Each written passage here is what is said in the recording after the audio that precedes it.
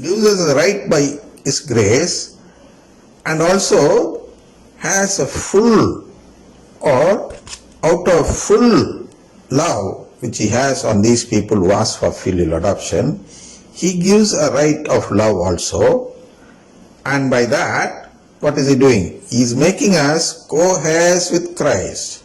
Co-heirs with Christ. This is called filial adoption. The right of being co-heirs with Christ is got only through filial adoption.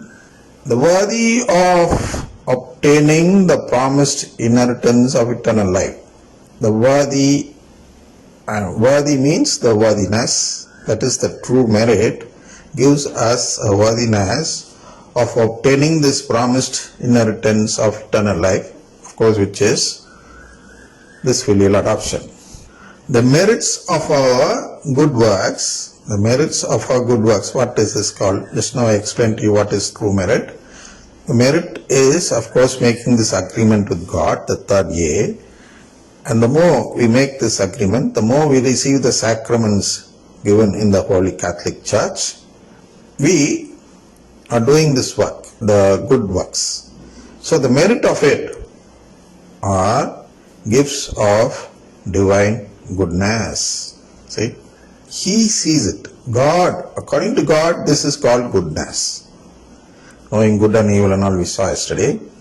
So according to Him, the merits of our good works are gifts of the divine goodness. Grace has gone before us. Now we are given what is due. Our merits are God's gifts. Saint Augustine has said that. Grace has gone before us. The more we make an agreement with God, the more is the grace that has gone before us. And we are given only what is due here. And this merits which we earn here, and the filial adoption which is given for these merits, are God's gifts. It is not something like an avengement or an atonement. Here it is totally different.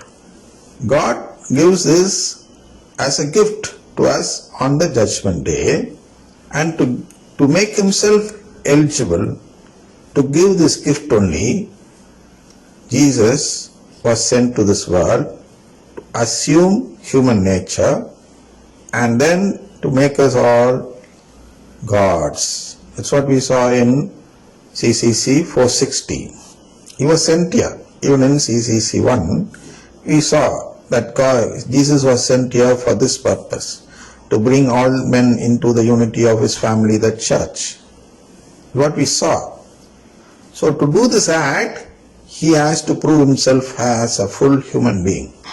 For this purpose only, He carried the cross and sacrificed Himself on the cross to prove to the world that He lived purely as a human being, so that He would become eligible to give this merit to us, give this right to us, and give this promise of inheritance of eternal life, which we call it as filial adoption.